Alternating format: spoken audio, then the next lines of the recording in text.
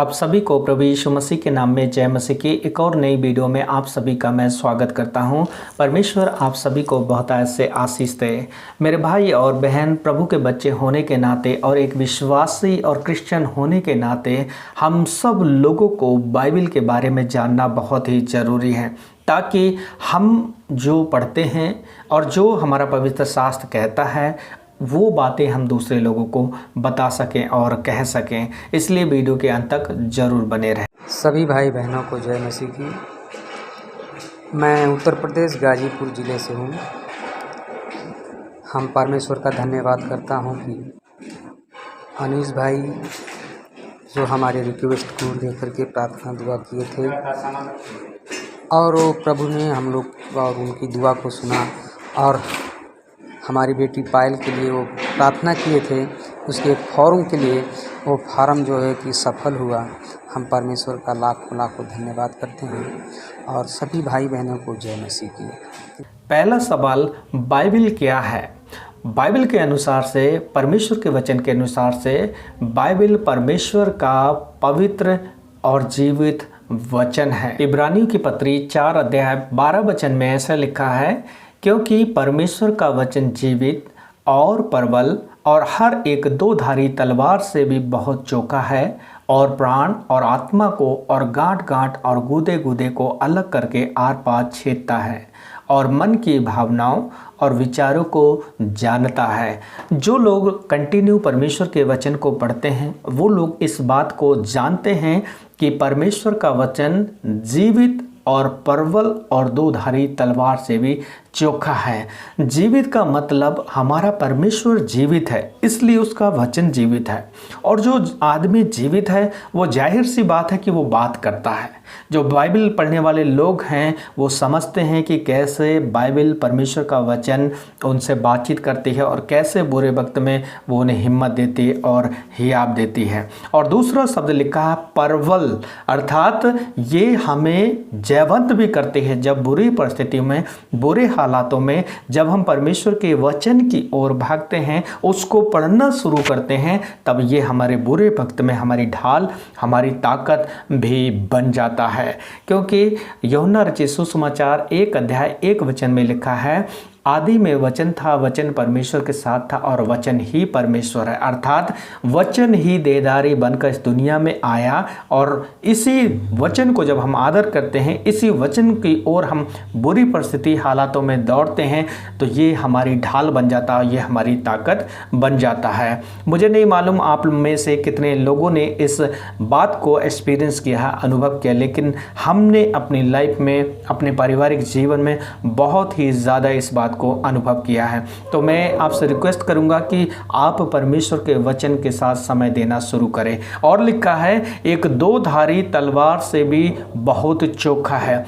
तलवार का काम क्या है? तलवार का काम ये है कि हमारे जो दुश्मन है, शत्रु है, उससे हमें जयवंत होना है। इफिसियों के पत्र में जब हम आत्मिक युद्ध के बारे में पढ़ते हैं तो वहाँ पर भी हमें वचन की तलवार के बारे में लिखा है कि वचन की तलवार का मतलब ये हुआ कि शत्रु हमें विचारों से, हमारे मनों के विचारों से वो हमें अटैक करता है। और जब हमारे पास वचन की तलवार है, प्रभु का वचन हमारे हृदय में है, मन मस्तिष्क में है, जीवन में है, तो उस वार को और उस विचार को हमारे अंदर से वचन ही पलटवार करता है। शैतान हमारे विचारों के द्वारा एक बार हमें वार करता है, लेकिन वो हमारे अंदर जो वचन प्रभु के बसे हुए हैं, हमारे दिल में हैं, वो कई वचन निकल के उस बुरे विचार का सामना करते हैं। इसलिए परमेश्वर का वचन जीवित है, प्रबल है और दो-धारी तलवार से भी ज़्यादा चोखा है। तो इस वचन के साथ आप जरूर अपने समय को बिताया करें। और जब हम पढ़ते हैं 2 तिमोथी 3 अध्याय वचन 16 में लिखा है कि ये वचन जो हम पढ़ते हैं ये कोई इंसान के लिखावट नहीं है, ये कोई मनुष्य की लिखावट नहीं है, उसके विचार और उसकी कल्पनाएं नहीं है। ये स्वयं परम प्रधान परमेश्वर ने अपने भक्त जन को अपनी प्रेरणा के द्वारा, अपनी आत्मा के द्वारा, अर्थात पवित्र आत्मा के द्वारा उभारा और उन्हीं बातों को एग्जैक्ट लिखा गया जैसा परमेश्वर ने उन्हें लिखने की अगुवाई की। और जब हम इसको पढ़ते हैं तो हम अपने आप में एक सुधार को पाते हैं। उसके साथ साथ जो लोग गलत हैं तो हम उनको शिक्षा भी दे पाते हैं। ऐसा लिखा है, संपूर्ण पवित्र शास्त्र परमेश्वर की प्रेरणा से रचा गया है और उपदेश और समझाने और सुधारने और धर्म की शिक्षा के लिए लाभदायक है। आप यहाँ क्लियर समझ पा रहे हैं कि उपदेश देने का मतलब किसी को समझाने के लिए, किसी को मोटिवेट करने के लिए, किसी को प्रेरणा देने के लिए हम क्या कर रहे हैं, उपदेश दे रहे हैं। और जब हम खुद सीखे हैं परमेश्वर के वचन से, परमेश्वर के वचन को पढ़ते हैं, तब हम उस लायक बन जाते हैं कि हम परमेश्वर के वचन के द्वारा लोगों को मोटिवेट कर सकें, उत्साहित करें और उनको प्रेरणा दें। समझाने का मतलब जब हम पाते हैं कि हमारे घर के बच्चे, आस पड़ोस, यार दोस्त, सगे संबंधी कोई गलत राहों में है तो हम उसको समझा सकें। नहीं, जिंदगी जीने का तरीका ये नहीं, ऐसा है, क्योंकि हमारे अंदर जो भरा है ना उसी को लेकर हम समझाते हैं। और लिखा सुधारने, अर्थात जब गलत चलता है तो जिस प्रकार से एक माँ बाप गलत चलने पर अपने बच्चों को ताड़ना देता है, उसी प्रकार से परमेश्वर भी हमें अपने वचन के द्वारा बातचीत करता है और हमें समझाता है, बेटा तू यहाँ पे गलत है, बेटी आप यहाँ पे गलत हैं। क्यों? क्योंकि हम भी कहीं ना कहीं किसी न किसी बातों में गिरते हैं और उठते हैं और कई बार हम फेल होते हैं। तो जिंदगी में अगर सही शिक्षा पाना है, सुधरना है और सही दिशा में अपने आप को ले जाना है तो प्रभु के वचन में जरूर बने रहें। और लिखा धर्म की शिक्षा के लिए लाभदायक है। इंसान जब बाइबल पढ़ता है तभी उसको पता चलता है कि वो कैसा है, उसकी कंडीशन कैसी है, क्योंकि परमेश्वर का वचन एक आईना है। जब आप सुबह उठते हैं तो एक आईने को देखते हैं, क्यों, क्या ज़रूरत है ऐसे ही निकल जाया करे बाहर, लेकिन नहीं, क्योंकि हम देखते हैं, अपने आप को चेक करते हैं कि कहाँ पर क्या कैसा है और कैसे मेरे हेयर हैं, कैसे मैं लग रहा हूँ। उसी प्रकार से यदि अपने आप को आत्मिक लेवल में जांचना है और प्रभु के साथ में कैसे चलना है तो हमें परमेश्वर के वचन को पढ़ने की बहुत ज़रूरी है। और यही हमारी हालत, हमारी कंडीशन बताती है कि हम पापी थे, लेकिन प्रभु का वचन कहता है कि हमसे परमेश्वर ने प्यार किया और अपने इकलौते पुत्र यीशु मसीह को हमारे लिए दे दिया। अर्थात हमारी कंडीशन को परमेश्वर का वचन बताता है और किस प्रकार से हम प्रभु में और बढ़ना है ये भी परमेश्वर का वचन हमें सिखाता है। तो प्रभु के वचन को आप पढ़ा करें, ये मेरी सलाह है आप लोगों से और ये मेरी आप लोगों को एडवाइस है, क्योंकि हमने इस बात को बहुत ही करीबी से जाना है। और जब आप इस चीज़ को करेंगे तो आपके जीवन में बहुत से बदलाव को आएंगे। ये बात हम इस वीडियो में और भी आगे बात करेंगे। एक और उदाहरण लेकर मैं आप लोगों को बताना चाहूँगा। परमेश्वर का वचन एक सांचे के समान है। सांचे का मतलब एक फर्मा। आपने अक्सर देखा होगा कि जब किसी बिल्डिंग का कंस्ट्रक्शन किया जाता है तो उसमें जो पिलर लगाए जाते हैं और जो उसमें फर्मा बनाए जाते हैं, बिना फर्मे की सहायता से, उस सांचे की सहायता के बिना हम उस पिलर को बना नहीं सकते। उसी प्रकार से परमेश्वर का वचन एक सांचा है और हम मिट्टी हैं। बाइबल साफ कहती है परमेश्वर ने हमें भूमि की मिट्टी से उठाकर बनाया और हमारे नथनों में जीवन श्वास फूंक दिया और हम जीवित प्राणी बन गए। तो जब परमेश्वर का वचन एक सांचा है और जब हम उस सांचे के अंदर जाते हैं और उसमें अपने आप को रखते हैं तो एक सही आकार में हमारा जीवन ढलेगा। एक और उदाहरण बताऊंगा। आपने ईंट बनाने वाले भट्टों को देखा होगा, उन लोगों को देखा होगा जो भट्टे में ईंट बनाने का काम करते हैं। और यदि आपने नहीं देखा है तो आप गूगल से या कुछ भी ऐसे पिक्चर देख सकते हैं, आप लोगों को अच्छी रीति से समझ में आएगा।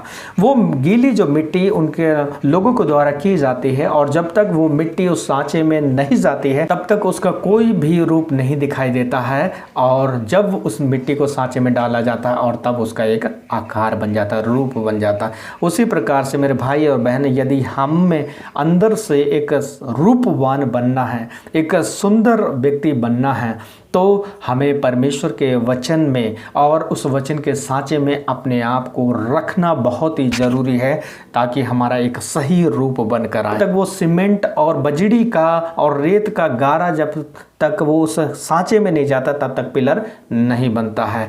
तो आप समझ पा रहे होंगे कि मैं आप लोगों से क्या कहने की बात कर रहा हूँ कि जब परमेश्वर के वचन के सांचे में हम अपने आप को रखते हैं तो परमेश्वर का वचन हमें एक नया आकार, एक नया रूप देता है। अर्थात परमेश्वर का वचन एक सांचे के समान है। और भजन संहिता 1:3 में लिखा है कि जो वचन पर रात और दिन ध्यान करता है वो बहती नाली के किनारे लगाए हुए पेड़ के समान है, उसके पत्ते कभी मुरझाएंगे नहीं और वो अपनी ऋतु में फलेगा और वो उसमें कभी भी पतझड़ नहीं आएंगे। मेरे भाई और बहन, यदि आप चाहते हैं कि आपकी ज़िंदगी में हमेशा हरियाली रहे, पतझड़ ना आए, आप फलवंत हों और जयवंत हों, तो प्रभु के वचन के साथ आप जरूर समय बिताएं। नीति वचन 16:20 में लिखा है, जो वचन पर मन लगाता है वो कल्याण पाता है। आप मुझे बताइए, दुनिया का कौन सा ऐसा इंसान होगा जो अपने जीवन में कल्याण ना पाता हो और कल्याण ना चाहता हो,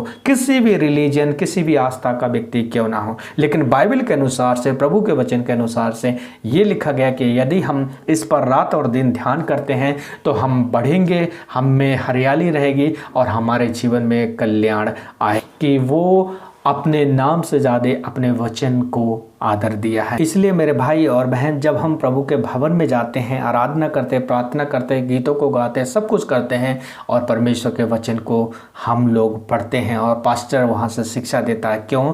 क्योंकि हमारे जीवन में एक सही एक निखार आ जाए। और जब हम बाइबल के वचन को पढ़ते हैं तो प्रभु का वचन हमें एक आज्ञा देता है, ये व्यवस्था की पुस्तक तुझसे और तेरी चित्त से कभी दूर ना होने पाए। रात और दिन इसमें ध्यान करना, ना इसे तू बाएं मुड़ना ना दाएं मुड़ना, जो कुछ इसमें लिखा है उसके अनुसार करने की तू कोशिश करना, तो तू जहाँ जहाँ जाएगी और जाएगा तू सफल होगा और तू प्रभावशाली होगा और तेरा नाम ऊंचा होगा। तो मेरे भाई और बहन, बहुत सारे फायदे हैं परमेश्वर के वचन को पढ़ने के लिए। जब परमेश्वर के वचन को आप पढ़ते हैं और अपने दिल में रखते हैं और अपने हृदय में रखते हैं तो इस वचन को पढ़ने से हम बुद्धिमान भी बनते हैं। तो मैं आशा करता हूँ आप लोग इस वीडियो के द्वारा कुछ ना कुछ समझे होंगे, तो ज़रूर अपने यार दोस्तों को शेयर करें। इसी प्रकार की वीडियो देखने के लिए आप हमारे चैनल के साथ बने रहें और नए हैं तो सब्सक्राइब कर लें। हम आपके लिए प्रार्थना करेंगे। हमारे जीवन के स्वामी प्रभु यीशु मसीह, हम आपके चरणों में आते हैं पिता,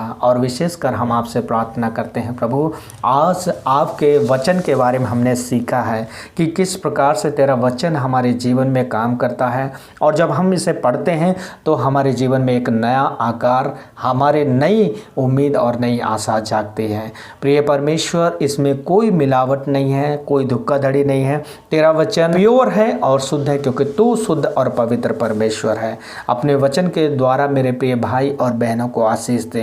हे परमेश्वर, जितने लोग ऑलरेडी तेरे वचन को पढ़ते हैं, मेरी प्रार्थना है कि आप उन्हें बहुतायत से आशीष दे, और जो लोग नहीं पढ़ते हैं प्रभु जी, मेरी प्रार्थना है कि वो अपने समय को निकाल सकें और परमेश्वर आपके साथ समय बिताएं, ताकि आपके द्वारा प्रत्येक आशीषें, प्रत्येक प्रतिज्ञाएं जो आपने अपने वचन में कहा है, इन सबों के जीवन में पूरा होने पाए। जो निराश है, दुखी है, परेशान है किसी भी शैतान अंधकार की शक्तियों से, बीमारियों से, तो यीशु नासरी के नाम में चंगे हो जाए। प्रभु उन भाई और बहनों को आशीष दे जो जवान हैं, जीवन साथी ढूंढ रहे हैं, जो परमेश्वर पिता अपने कामों काजों को ढूंढ रहे हैं, यीशु नासरी के नाम में उनकी आवश्यकता के अनुसार से उन प्रत्येक भाई और बहनों के जीवन में आशीष दे प्रभु जी। और प्रार्थना करते हैं मेरे जीवन के स्वामी, जिन भाई बहनों के बच्चे पढ़ रहे हैं, आप उन बच्चों की फीस भरने के लिए प्रभु, और उन बच्चों को बुद्धि और ज्ञान से आप भर दीजिए परमेश्वर। जो लोग किराए पे रहते हैं उनका रेंट भरने के लिए आप सहायता और मदद करना प्रभु।